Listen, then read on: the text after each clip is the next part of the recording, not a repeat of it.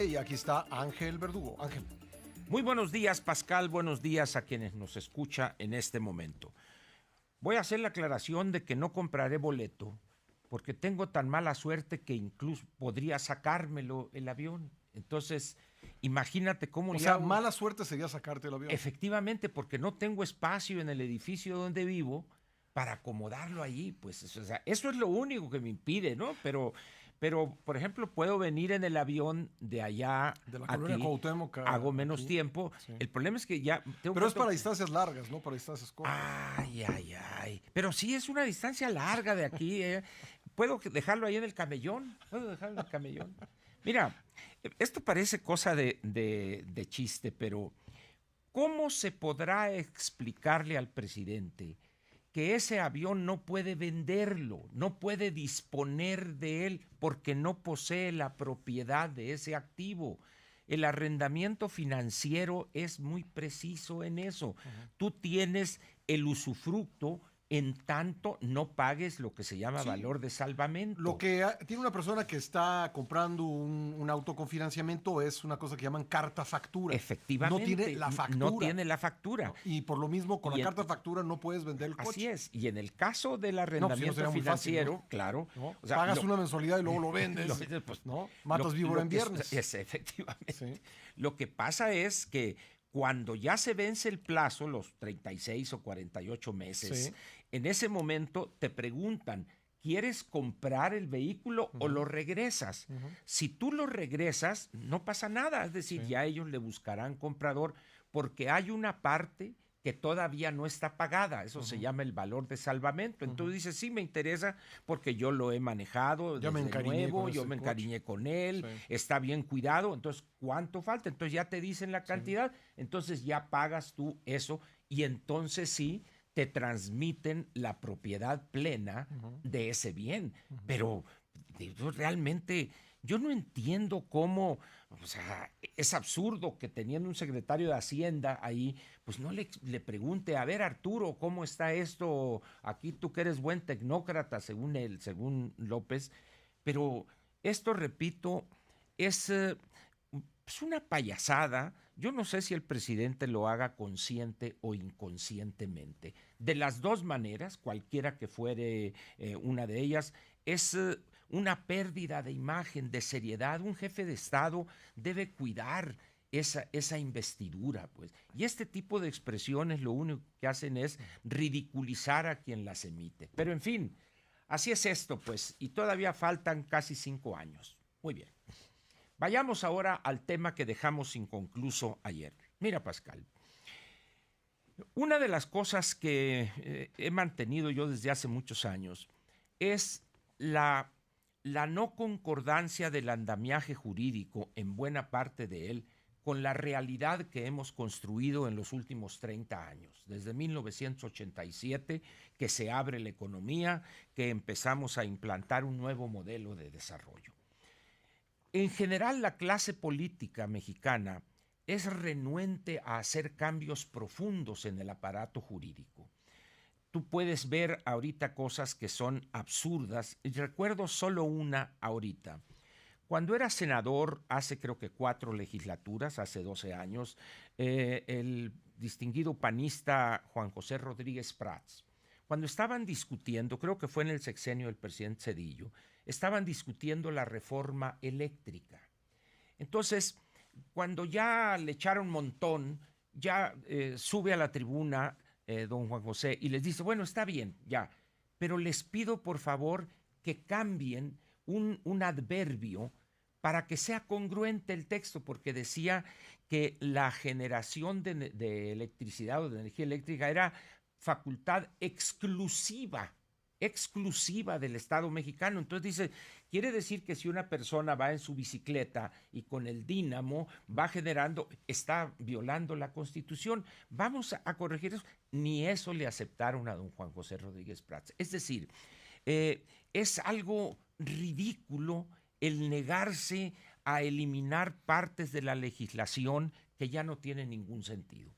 Y la ley laboral, la ley federal del trabajo, adolece de eso. Es decir, hay una cantidad de cosas ahí que lo único que hacen es no permite la elevación de la productividad, por ejemplo, no reconoce la nueva realidad laboral demográfica del país.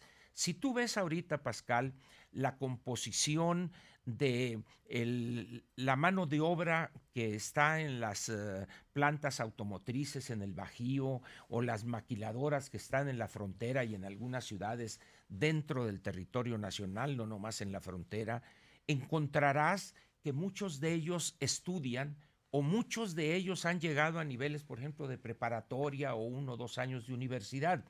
A esas personas no las puedes tratar como la Ley Federal del Trabajo piensa que son los obreros, personas que vienen del campo, que no han terminado ni la primaria. Es decir, estamos ante una masa laboral, ante empleados y trabajadores que tienen más educación, que son más jóvenes, más preparados y que muchos de ellos pertenecen a la clase media, Pascal, particularmente aquellos que trabajan en industrias de alta tecnología, etcétera.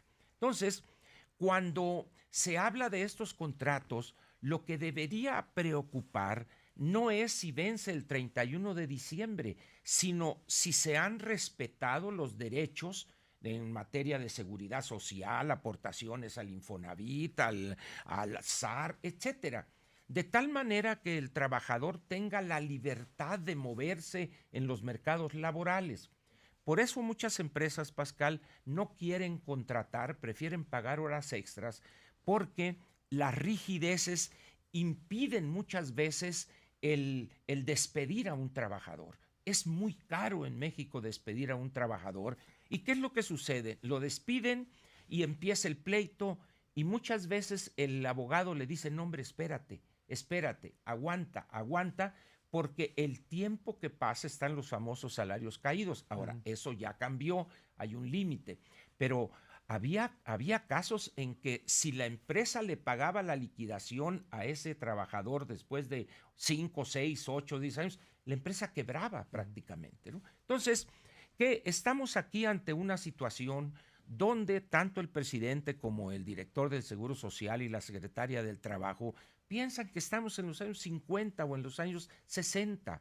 Deberíamos hacer una modificación radical de la Ley Federal del Trabajo para introducir trabajo por horas, por ejemplo, o reconocer la individualidad de la persona que busca trabajar, llegar a un contrato parcial o trabajar por horas, y en un momento cuando ya termine ese contrato, él le pagan lo que trabajó y se va a otro trabajo a buscar, siempre y cuando en el sueldo esté incluido sus prestaciones para que él continúe acumulando para su retiro, etcétera. Pero eso no solo tienen miedo los legisladores y los funcionarios y el mismo presidente de la República, no solo hay que aclarar lo que los anteriores también, sino que está la fuerza de los sindicatos. Los sindicatos son quizá el primer obstáculo para esos cambios. No sé qué vaya a pasar con esto que aceptamos como consecuencia de la aprobación de este adendo a lo que se firmó el 2018, si realmente vaya a haber una sacudida en algunos liderazgos obreros y eso airee la vida sindical y sea posible cambiar de raíz esas trabas que mantienen bien arraigadas esas rigideces en los mercados laborales. No hay problema alguno si una persona firma un contrato en la primera semana o decena de enero y vence el 31 de diciembre. Lo preocupante sería que no le hubieran pagado, que no le hubieran dado de alta en el Seguro Social, etcétera. Y al 31 de diciembre él tendrá derecho a la parte proporcional de aguinaldo, todas las prestaciones que la ley no le quita. Y luego buscaría otro trabajo. Es decir, en una economía abierta, Pascal, aunque esto suene un tanto cínico, la fuerza de trabajo es una mercancía y es una mercancía que se mueve a donde están las mejores oportunidades. Puede una persona ahorita estar trabajando aquí o luego irse a Guadalajara o a Monterrey. Por eso la gran migración hacia Cancún, por ejemplo. Cancún, así es. Cuando tú la gente no se va allá para disfrutar del mar. Se va porque ahí está el trabajo. Sí. Entonces, estamos pues ante una situación donde, para empezar, los funcionarios tienen una visión arcaica, atrasada. Por eso yo menciono que hay una cantidad de leyes en el país, Pascal, que son acedas, caducas, que lejos de ser un estímulo para facilitar la inversión, la creación de fuentes de empleo permanente, de ahí la altísima informalidad que tenemos. Porque dice uno, es que los informales, bueno, los informales, aparte de que trabajan, vamos a ponerlo de esa manera, desempeñan una labor comercial, mercancía pirata, lo que sea, pero además tienen en contra las exacciones de los líderes que tienen, la mordida de los inspectores, tales o cuales. Es decir, tienen una carga mucho mayor que la que tiene un trabajador formal. El problema es que es tan difícil para una empresa en la formalidad contratar a más empleos que mejor se abstienen y esas personas que no encuentran trabajo aproximadamente cada año, por simples razones demográficas, se incorporan o están listos para demandar un trabajo, no sé, 1.300.000, 1.400.000 personas, y nomás 300 o 400.000 encuentran acomodo en la formalidad. ¿Qué van a hacer el otro millón?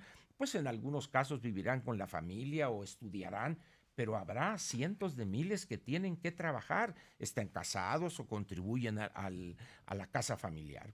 En esas condiciones, Pascal, pienso que es errónea la actitud de criticar esos contratos, incluso de amenazar, porque están diciendo, es que hacen eso para no darles prestaciones. Esas son cosas completamente diferentes, Pascal. Ahora, cuando tú te contratas por una cantidad de X y das tu certificado fiscal digital por internet, en un determinado momento te pagan tus honorarios y ahí deberá haber incluido él, al cobrar por hora o por contrato, las prestaciones, y él sacará un seguro voluntario. Es posible hacer eso. Es decir, hay muchas formas en una economía abierta para que el trabajador empiece a cotizar desde edad temprana, 22, 23 años o 19, 20, pero no puede decirse, es que esos contratos es un subterfugio ilegal. Eso no es cierto, no están prohibidos en modo alguno esos contratos. Y nadie dice, vamos a cambiar la ley, Pascal. Todo el mundo se lanza en contra de los patrones. Luego, ¿qué dijo Zoé?